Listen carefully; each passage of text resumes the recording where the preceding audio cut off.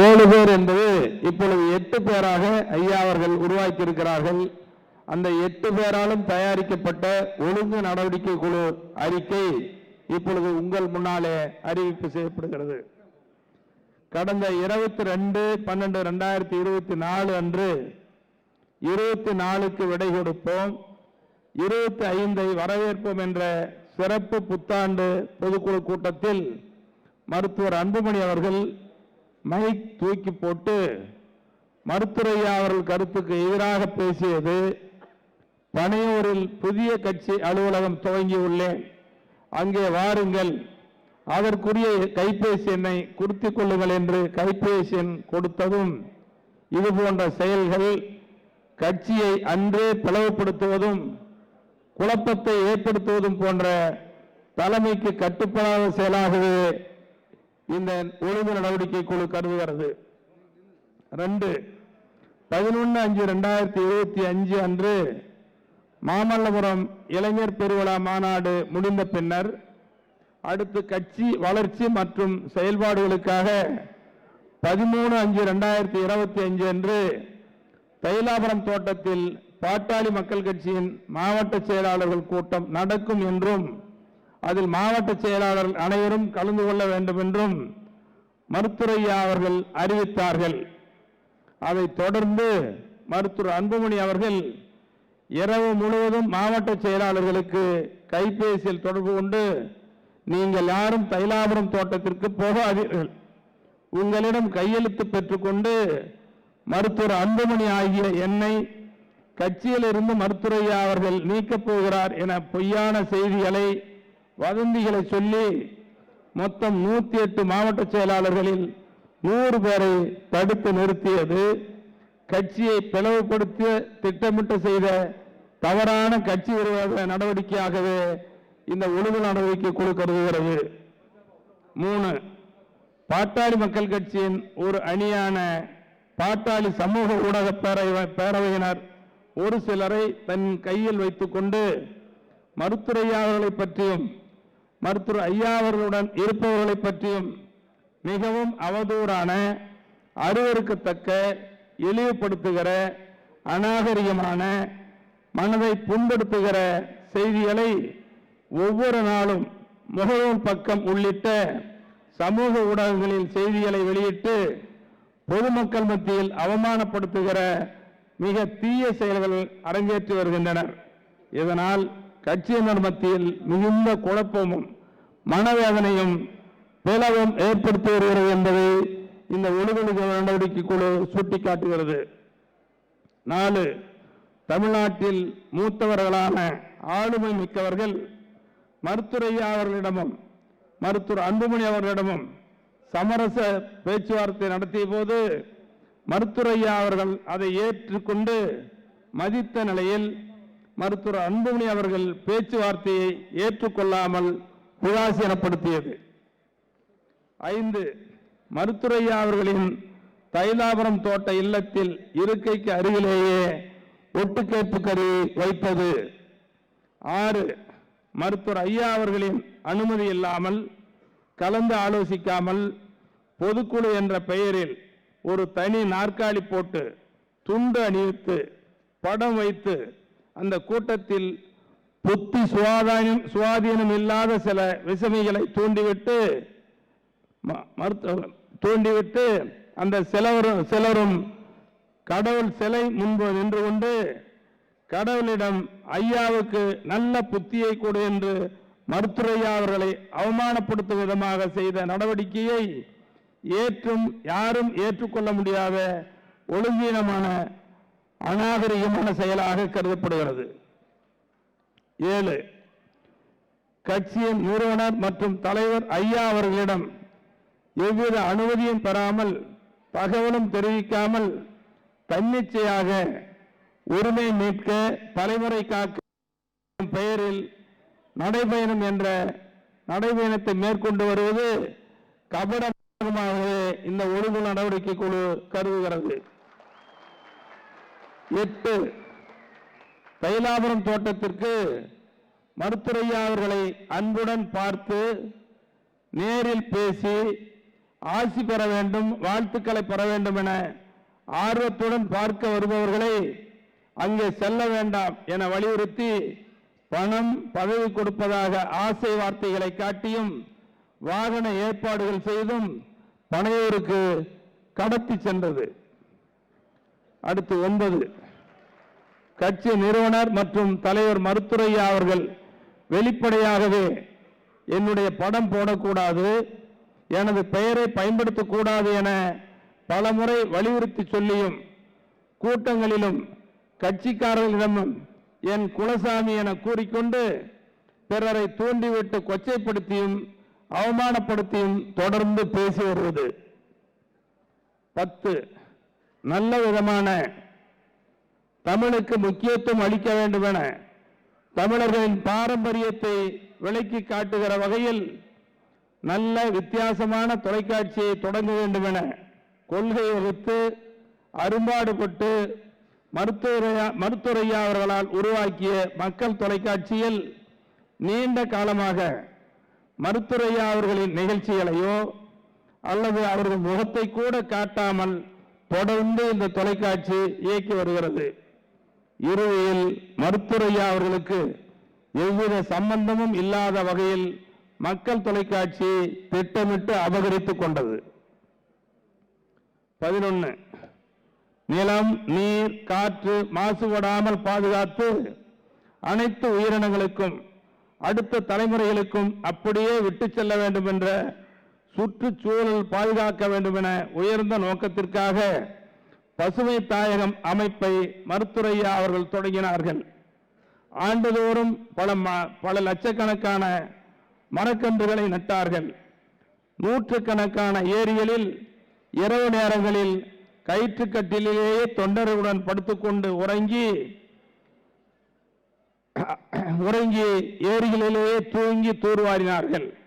அதோடு 500க்கும் மேற்பட்ட சிறு தடுப்பணைகளை கட்டினார்கள்.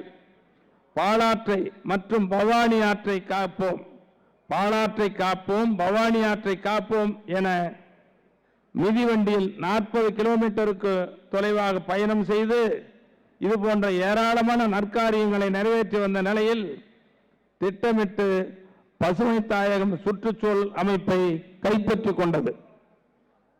12, எல்லாவற்றிற்கும்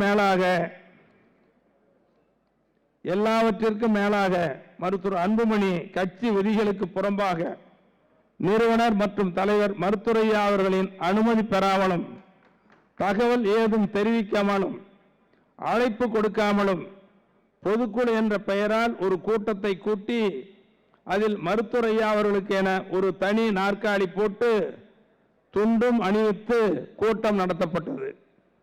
இதை பார்த்த இந்த செய்தியை அறிந்த பாட்டாளி மக்கள் கட்சியினரும் நடுநிலையாளர்களும் பொதுமக்களும் இப்படியா ஐயா அவர்களை அவமானப்படுத்துவது, இதற்கு காலியாக போடப்பட்டுள்ள நாற்காலியில் மருத்துரையா அவர்கள் படம் வைத்து அதற்கு மாலை அணிவித்து ஊதுபத்தி கற்பூரம் கொளுத்தியது போன்ற செயல் என்றும் இது மன்னிக்க முடியாத குற்ற நடவடிக்கை என்றும் இது மருத்துரையா அவர்களுக்கே இப்படியா என்று மிகுந்த வேதனையோடு பொதுமக்கள் பேசும்படி நடந்து கொண்டது. 13, பாட்டாளி மக்கள் கட்சி தலைமை அலுவலகம் சென்னை 18 தேனாம்பேட்டை 63 நாட்டுமுத்த நாயகர் தெருவில் செயல்பட்டு வந்தது. இடையில் கட்சி நிறுவனர் மற்றும் தலைவர் மருத்துரையா அவர்களுக்கு தெரியாமலேயே திட்டமிட்டு சென்னை 17 தியாகராய நகர் 10 திலக்திரு என்ற முகவரிக்கு மாற்றியது. 14, மருத்துரையா அவர்களால் 30/5/2025க்கு பின்னர் பாட்டாளி மக்கள் கட்சியின் பொறுப்பாளர்கள் நியமனம் செய்யப்பட்ட அனைத்து நியமனங்களும் செல்லும், நீட்டிக்கும்.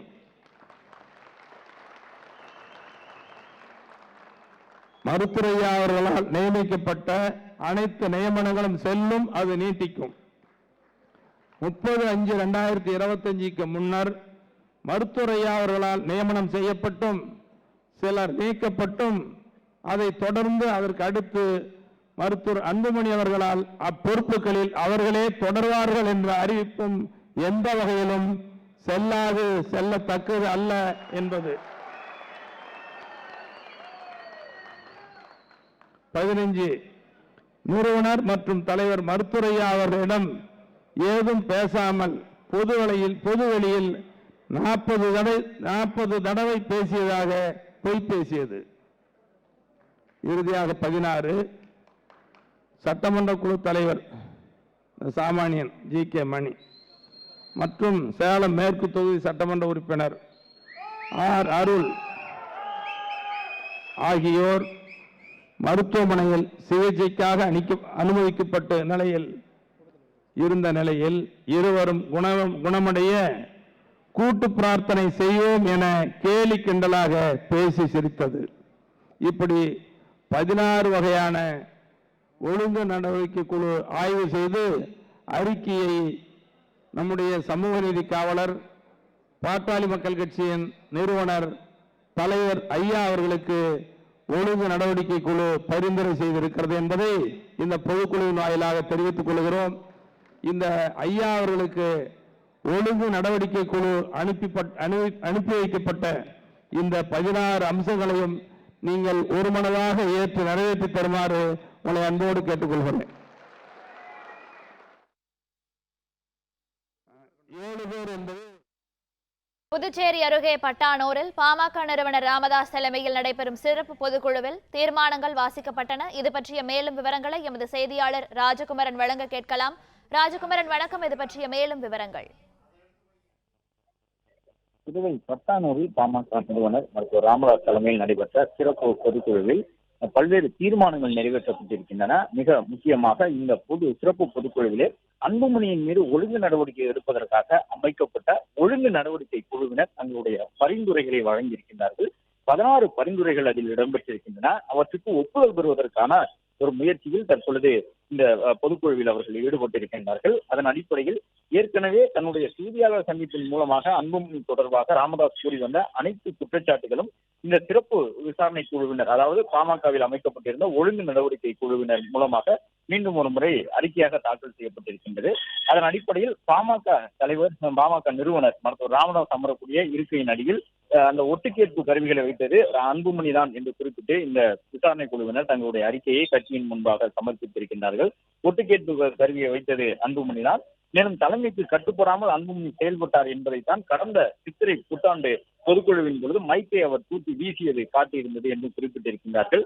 அன்புமணி ராமதாஸ் மேற்கொண்டு வரக்கூடிய நடைபயணம் என்பது கபட நாடகம் என்று குற்றம் சாட்டப்பட்டிருக்கின்றது இந்த விசாரணை குழுவினுடைய அறிக்கையிலே. அது மட்டுமல்லாமல் இந்த ஒழுங்கு நடவடிக்கை குழுவினர் வழங்கி இருக்கக்கூடிய அந்த பரிந்துரைகளை பொறுத்தவரை அன்புமணி மீது ஒழுங்கு நடவடிக்கை எடுப்பதற்கான பரிந்துரை செய்யப்பட்டிருக்கின்றது. அதற்கான ஒப்புதலை பெறுவதற்காக முயற்சித்துக் கொண்டிருக்கின்றார்கள். ராமதாஸிடம் அன்புமணி 40 முறைக்கு மேலே பேசியிருக்கின்றேன் என்ற ஒரு கருத்தை அண்மையில் கூறியிருந்தார் தன்னுடைய பொதுக்குழு கூட்டத்திலே. அதனை பொய் என்று மறுத்திருக்கின்றது ராமதாஸ் தலைமையிலான இந்த சிறப்பு பொதுக்குழு. ராமதாஸ் இல்லாமல் அன்புமணி நடத்திய பொதுக்குழுவிலே ராமதாஸ் அவர்களுக்காக ஒரு இருக்கை ஒதுக்கப்பட்டதை மிகவும் கடுமையான முறையிலே விமர்சித்திருக்கின்றார்கள். அந்த இருக்கையிலே ராமதாசுடைய ஒரு புகைப்படத்தை வைத்து மாலை போட்டு கற்பூரம் கொளுத்தி இருக்கலாமே என்றெல்லாம் பொதுமக்கள் கேட்பது போன்று அந்த செயல் இருந்தது என்று வருத்தத்தோடு பதிவு செய்திருக்கின்றார்கள். அது மட்டுமல்லாமல் மருத்துவர் ராமதாஸை சந்திக்க செல்லக்கூடியவர்களை ராமதாசுடன் சந்திப்பு மேற்கொள்ளக்கூடாது என மிரட்டுகின்றார்கள். பணம் பதவி தருவேன் என்ற ஆசை வார்த்தை கூறி ராமதாசிடமிருந்து நிர்வாகிகளை பிரித்துக் கொண்டிருக்கின்றார்கள் எனவும் இந்த விசாரணை அறிக்கையிலே குறிப்பிட்டிருக்கின்றார்கள். அன்புமணி தொடர்ந்து தன்னுடைய தந்தை ராமதாஸை குலதெய்வம் என்று சொல்லிக்கொண்டு ஆனால் தன்னுடைய ஆதரவாளர்களை வைத்து தந்தையை திட்ட வைக்கின்றார் என்ற ஒரு குற்றச்சாட்டையும் அவர்கள் கூறியிருக்கின்றார்கள். தைலாபுரம் தோட்டத்தில் ராமதாஸ் கூட்டிய மாவட்ட செயலாளர்கள் கூட்டத்தில் மாவட்ட செயலாளர்கள் யாரும் பங்கேற்க கூடாது என்று அனைவரையும் விரட்டி விட்டார் அன்புமணி என்ற ஒரு கடும் குற்றச்சாட்டையும் முன்வைத்திருக்கின்றார்கள். ராமதாஸ் அவர்கள் தலைமையிலான இந்த சிறப்பு பொதுக்குழுவிலே அன்புமணியின் மீது ஒழுங்கு நடவடிக்கை எடுக்க வேண்டும் என்று மூத்த நிர்வாகிகளான GK மணி உள்ளிட்டவர்கள் தெரிவித்திருக்கின்றார்கள். எனவே இப்பொழுது அந்த ஒழுங்கு நடவடிக்கைக்கு பொதுக்குழு ஒப்புதல் வழங்குமா? பொதுக்குழு ஒப்புதல் வழங்கிவிட்டால் எந்த மாதிரியான ஒழுங்கு நடவடிக்கை எடுக்கப்பட போகின்றது?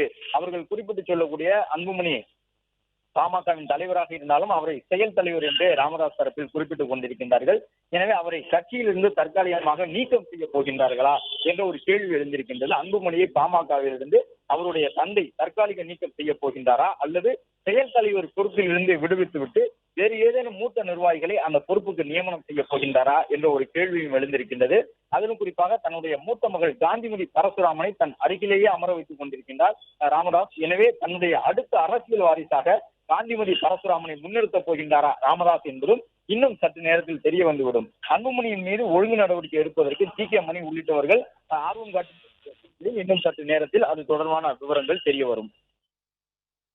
தகவல்களுக்கு நன்றி ராஜகுமரன். பிளே ஸ்டோர் மற்றும் ஆப் ஸ்டோரில் இருந்து பாலிமர் செயலியை QR கோடு மூலம் பதிவிறக்கம் செய்யுங்கள். செய்திகளை உடனுக்குடன் பெறுங்கள்.